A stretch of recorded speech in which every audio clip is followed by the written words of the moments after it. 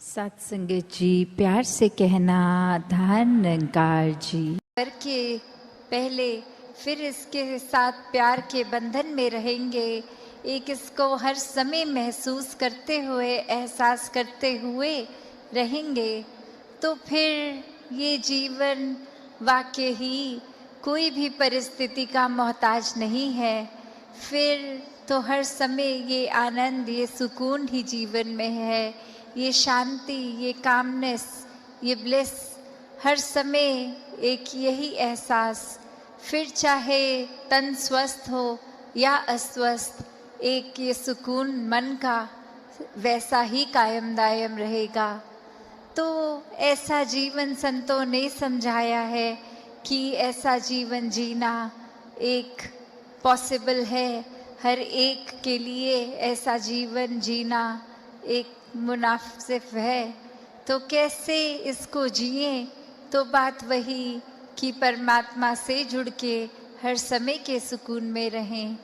और अब अगर आगे सोचें कि ये ब्रह्म ज्ञान भी जीवन में आ गया, एक निराकार के एहसास में भी रहने लगे, सेवा सुमिरन सत्संग भी करने लगे, पर एक मन का बदलाव अगर नहीं है तो फिर ये ज्ञान भी मन में नहीं टिकता।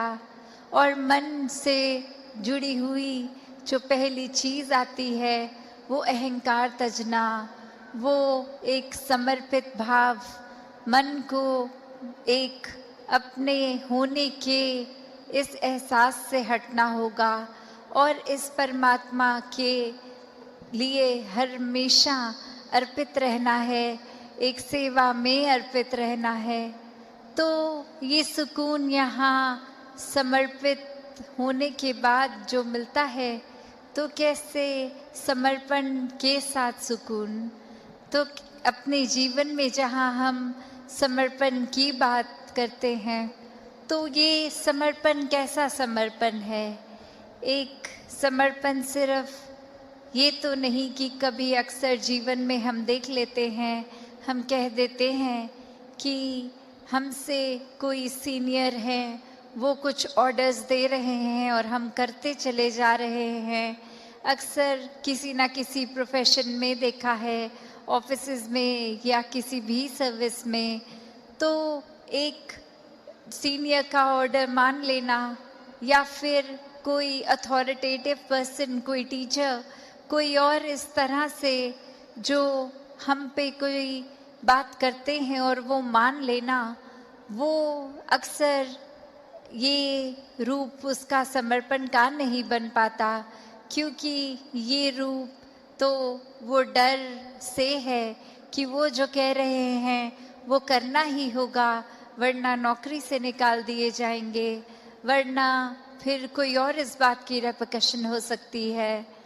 तो एक वो बात मानना वो हर प्रोफेशन में हो जाता है, पर मन वहाँ समर्पित नहीं होता, वो किसी भय के कारण या किसी और अन्य कारण से समर्पण होता है।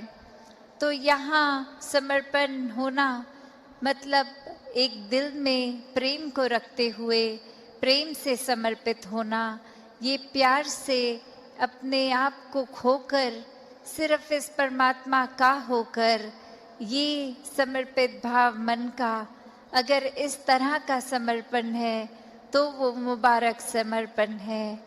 तो कैसे एक अक्सर बात ये होती है कि हमने समर्पण अगर कर दिया, तो ये जो इतने सालों में अक्सर अगर हम सोच के भी देखें कि छोटी उम्र से ही पढ़ते लिखते एक डिग्रियां मिल गई, एक हमें कोई और उपाधि मिल गई, तो ये कमाने के लिए चाहे कितने वर्ष लग गए, पर जब समर्पण की बात आती है, अहंकार को तजने की, अहंकार गंवाने की, तो उसमें उतने ही साल नहीं लगते, ये तो एक पल में ही समर्पण हो जाता है।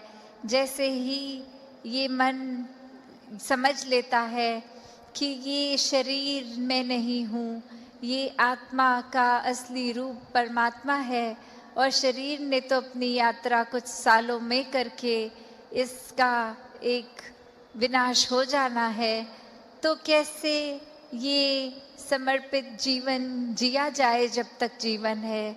तो बात वही एक कहानी के साथ तास अपनी रखना चाहेगी कि एक बार एक गुरु के पास शिष्य आता है जो काफ़ी सालों के बाद, और आते ही अपने गुरु के आगे 1000 सोने की गिनियाँ दे देता है और ये कहता है कि इतने वर्ष मैंने काम काज किया और बात मन में यही आती रही कि आपके सामने आशीर्वाद लेंगे जब 1000 गिनियाँ पूरी हो जाएंगी, और आज ये बोरी भर के आपके पास ये समर्पित करने के लिए आए हैं और आप इसको कबूल कीजिए। वहीं वो गुरु वो लेकर सामान अपने शिष्य से कहता है कि ठीक है, तुमने ये दी, मैंने स्वीकार करी, और अब ये जो सामने नदी बह रही है सारी की सारी ये गिनियाँ उस पानी में बहा दो।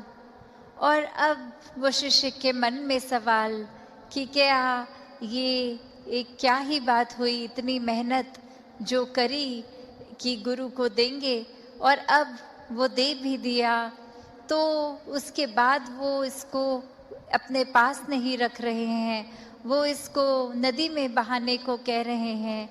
तो वहीं वो सवाल कि क्या फिर वो समर्पण था कि अगर एक क्या होगा अब उस वस्तु का, जिस तरह हम देना चाह रहे थे वो उस तरह अपनाई नहीं गई, उसको साथ तो कुछ और ही करने को कह दिया।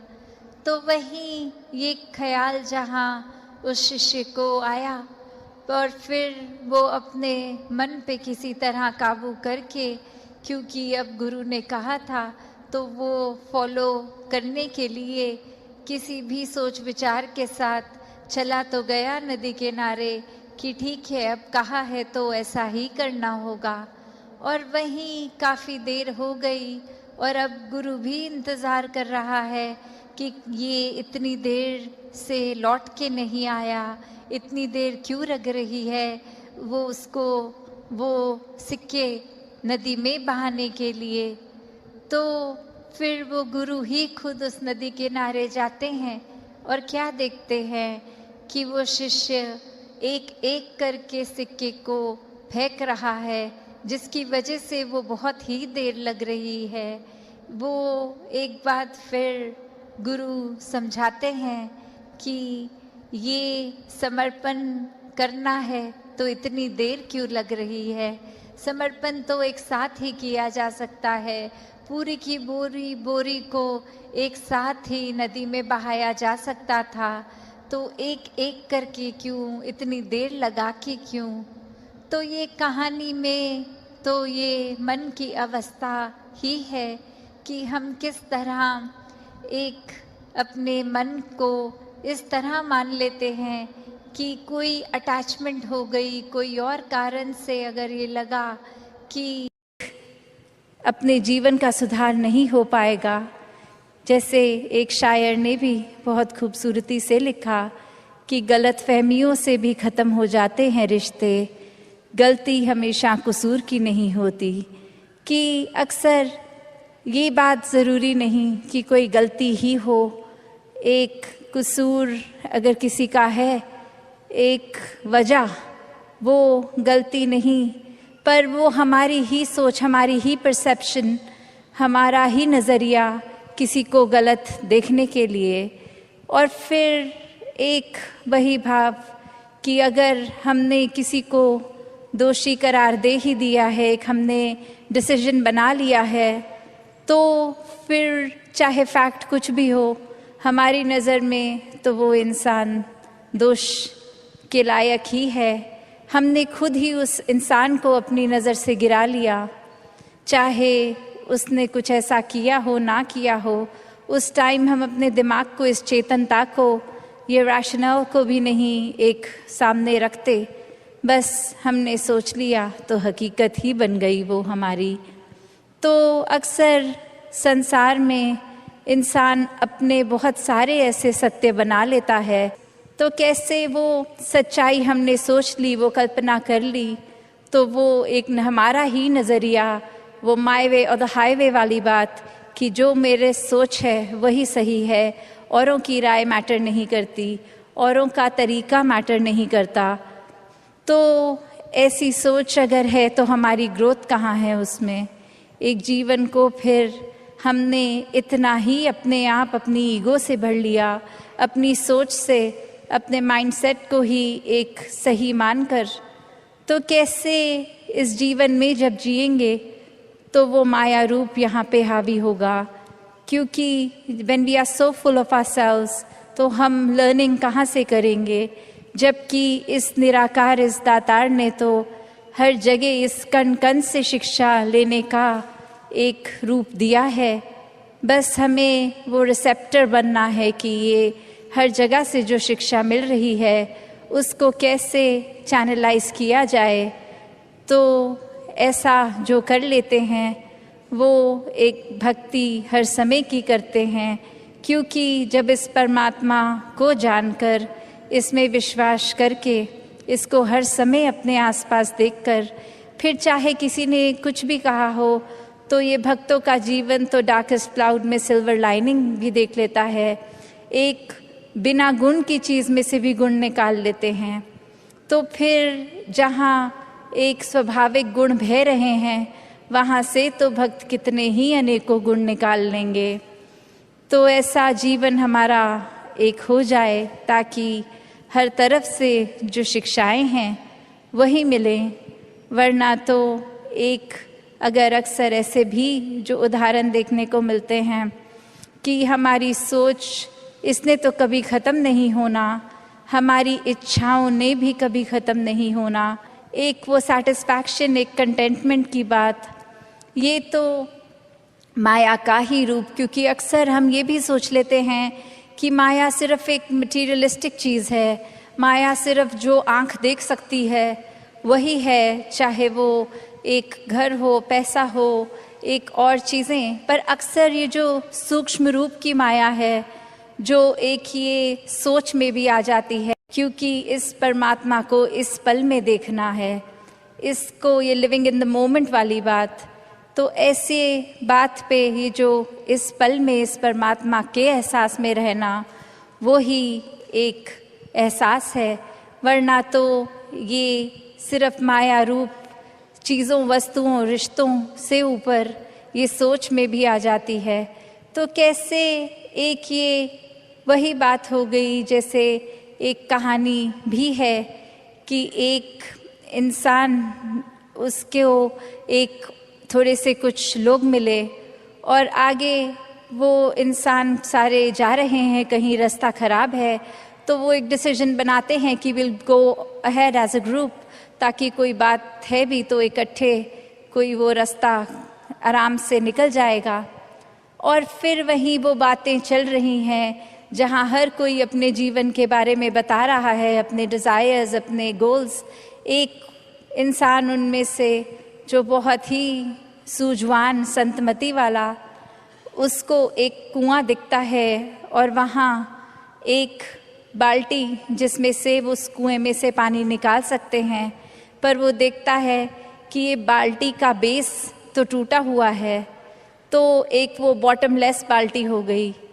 तो वो इंसान वहाँ रुककर प्रिटेंडिंग टू बी थर्स्टी, वो उसकी प्यास बुझाने के लिए पहले उस बाल्टी में से जब पानी निकालता है, तो जब तक तो वो बाल्टी पानी के अंदर है वो भरी हुई दिखती है, पर जैसे ही वो वाटर के सरफेस से ऊपर उठा ली गई, अब उसमें पानी कहाँ टिकना था। पर वो बार बार ये कर रहा है और बाकी के लोग देख रहे हैं कि ऐसा क्यों किया जा रहा है।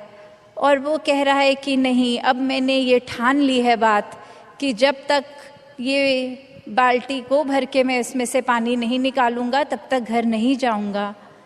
तो अब ये फूलिशनेस साउंड कर रही है बाकी आसपास वालों को, और वो कह रहे हैं कि ये पॉसिबल ही नहीं है, आपने ऐसा एक गोल क्यों बनाया है जो अचीव ही नहीं हो सकता। तो और ऐसा करोगे तो हम सब तो आगे निकलेंगे, आप अकेले ही यहाँ रह जाओगे। तो बात वो समझाने की उनको फिर यही कहता है कि शुक्र है you bought this point up, क्योंकि हम सबको पता है ये बॉटमलेस बकेट है, इसको भरा नहीं जा सकता। तो हमारी सोच, हमारा मन भी ऐसा ही बॉटमलेस है। ये डिज़ायर्स भी आएंगे, ये एक इच्छा की पूर्ति होने के बाद दूसरी ने भी आना है। तो हमें एक, अगर हम उस भरोसे रहेंगे कि एक एक चीज़ आती रहे, उसको चेकलिस्ट में हम टिक करते रहेंगे, तो हमारे ये मन में और चीज़ें आनी एक बंद हो जाएंगी। ऐसा नहीं है, चीज़ों ने तो आते रहना है, ख्यालों ने तो आते रहना है। तो एक अगर हम इसी के पीछे भागते रह जाएंगे तो फिर एक जीवन कब जिएंगे। एक सेटिस्फैक्शन, कंटेंटमेंट की बात, ये सहज रूप में बहने की बात, ये स्थिरता की बात यहाँ आती है कि कैसे एक अपने चैनलाइज करने की बात, कि ये जो चीज़ है अगर हमारे लिए ज़रूरी है, वो कितनी ज़रूरी है उसको तो किया जाए, पर अंधाधुंध एक उस दौड़ में ना लगा जाए, वो रैट रेस में ना लगा जाए। कि कैसे एक ये भाव भी, अक्सर जो बात अहंकार की आती है वहाँ ये बात भी होती है कि जब किसी ने मान लिया कि सब कुछ तो हमें आता है, मैं हर चीज़ बखूबी करता हूँ, तो कोई भी चीज़, नई चीज़ या कोई पुरानी चीज़ को ठीक तरीके से सीखने की ये इच्छा कि इसको सीखा जाए, ये अहंकार की वजह से संभव नहीं हो पाता। तो कैसे अपने जीवन में जहाँ हर कोई ताउम्र छात्र रूप भी बना रहे, एक वो सीखना तो है, पर क्या सीखना है उस पे गौर करें। क्योंकि पूरा दिन अगर हम देखें तो ये आँखें भी, ये कान भी, ये ज़बान भी, ये बुद्धि से भी, हर तरह के ये जो हमें इनपुट्स मिल रहे हैं, तो क्या हर एक चीज़ सीख लेना समझदारी है? एक भलाई उसमें है क्या? नहीं। एक फ़िल्टर की जो बात होती है कि क्या चीज़ देखकर भी अनदेखी करनी है, क्या चीज़ों को अपनाना है, किसको छोड़ना है, वो चेतनता की बात है। और ये चेतनता ब्रह्म ज्ञान से जहाँ एक आत्महत्या के जीवन में, एक ये स्पिरिचुअल लाइफ में, तो हर समय ये बहुत ही अच्छा माध्यम, ये टूल। पर एक और बात भी देखी जाए कि अगर हम कोई दुनियावी, कोई मटीरियलिस्टिक अपनी रिस्पॉन्सिबिलिटी, कोई काम काज भी कर रहे हैं, कुछ भी कर रहे हैं, तो उसमें भी चेतनता होनी बहुत ज़रूरी होती है। चाहे वो अक्सर छोटा सा एग्जाम्पल ड्राइविंग का भी, कि सड़क पे होते हैं तो अक्सर वही पंक्ति बार बार नज़रों के आगे आती है कि सावधानी हटी दुर्घटना घटी। तो ये हर समय चेतनता की बात है कि कहाँ पे हैं हम इस समय, वो एक एक पल का हमें होश, वो खबर, उस पल में ही रहें। वरना तो सोच एक सेकंड लगता है इधर उधर भागने में, ध्यान भटकने में। तो कैसे जहाँ उपस्थित है शरीर, वहाँ मन को भी उपस्थित रखना है, और ये चेतनता हर समय की जीवन में हो। तो फिर बात वहीं आती है जहाँ से हर बात की ही शुरुआत है, ये परमात्मा, ये निराकार, ये जो बेरंगा है, इसके एहसास में हर समय रहना एक पॉसिबल है। एक हर एक पल इसी के एहसास में जीना संभव है। और ये कोई बहुत कल्पना की कोई किताबी बातें नहीं हैं। हर कार्य करते हुए इसके ही एहसास में अगर रहा जाए तो ये परमात्मा हमारे जीवन में और गहराई से उतरता है। कैसे फिर जहाँ बात अभी जिक्र भी अहंकार का हुआ कि कैसे फिर मन हमारा अक्सर इतना ज़्यादा, किसी ने थोड़ी तारीफ क्या कर दी, वो ही बात में इतना अपने आप को श्रेष्ठ मानते हुए एक ऐसी विचारधारा के अंतर्गत रोज जीना उठना खाना बैठना शुरू कि अब हमसे श्रेष्ठ तो कोई नहीं।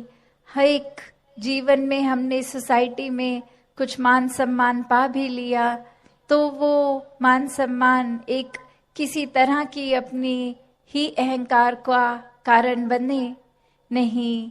जहाँ जिस रूप में भी हम जीवन में प्लेस्ड हैं, वो हमारे लिए अहंकार का कारण नहीं, विनम्रता का कारण होना चाहिए।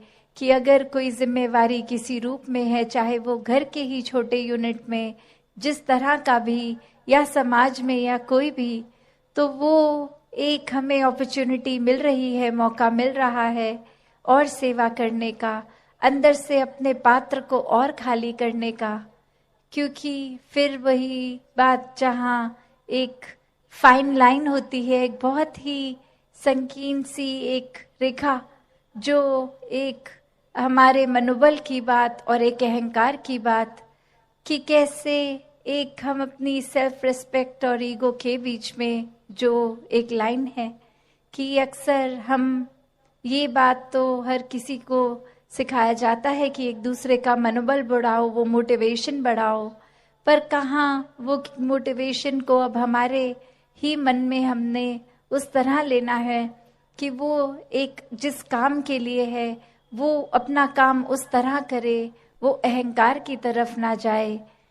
अक्सर सूक्ष्म अहंकार की भी बात होती है कि हमें पता तक नहीं चलता कि कब एक छोटी सी जगह से ही हमारे अंदर अहंकार धीरे धीरे घुस रहा है।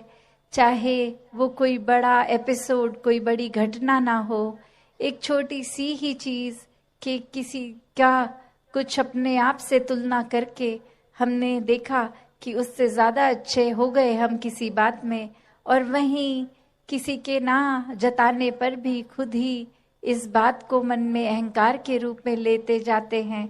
तो फिर ये अहंकार तो अपना घर बनाएगा ही मन में, और साथ ही ये परमात्मा उतना मन से जाएगा भी। तो हमें किसको टिकाना है, किसको नहीं, ये शरीर की भी जब बात हो रही है तो हाँ, ये आत्मा जो है वो ज़्यादा इस शरीर से महत्वपूर्ण उस रूप में तो है, पर ये परमात्मा ने शरीर भी इसलिए दिया है कि हम इसकी देखभाल करते गए थे, सारे अपने रिस्पॉन्सिबिलिटीज़ भी निभाएं। जैसे एक मटका या कोई भी बर्तन ले लें, एक बाहर की सुंदरता से ज़्यादा वो मजबूती इम्पॉर्टेंट होती है कि अंदर उस पात्र में क्या है, वो पानी है या जो भी है, क्या टिकेगा। एक थोड़ा सा भी सुराख हो जाए तो वो पानी तो पात्र में टिकेगा नहीं, बह जाएगा। तो उसी तरह ये तन मन धन के साधन ये निराकार ने तो दिए हैं हमें, पर अब हमें इन साधनों को क्या करना है, सदुपयोग तो करना ही है, पर एक वो जो बात कि कैसे उसका सही इस्तेमाल करते हुए उसकी यूटिलिटी उस तरह से निकाली जाए।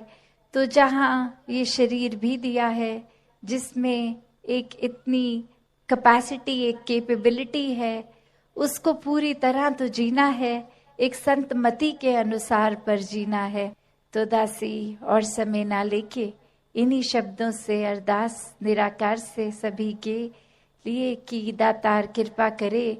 जो बातें अक्सर हमें सुनने में इतनी बार सुन लेते हैं तो लगता है कहीं उनकी इम्पोर्टेंस खत्म हो रही है, चाहे वो सेवा, सुमिरन और सत्संग ये 3 शब्द, पर ये सिर्फ शब्द नहीं है, वो सेवा का भाव अंदर से, वो सुमिरन रूप एक लगाव, एक एहसास, एक कम्युनिकेशन इस निराकार से। एक सत्संग में भी सिर्फ आके बैठ के जाने वाली बात नहीं, हर एक के जीवन से अपने जीवन को और सुनहरा बनाएं। ये सब ही जो परमात्मा ने एक संत रूप बख्शे हैं, हर एक का होना अगर जीवन में है और फिर भी हमारा सुधार नहीं हो रहा तो कितनी कमी हम में है, जो एक इतनी अच्छी अपॉर्चुनिटी होते हुए भी फायदा नहीं ले पा रहे। तो ये सेवा सिमरन सत्संग को सही तरीके से हर कोई करता जाए, सही कारणों से हर कोई करता जाए, हर एक के मन में ये निरंकार और गहराई से बसता जाए। सात संगत जी, धन निरंकार।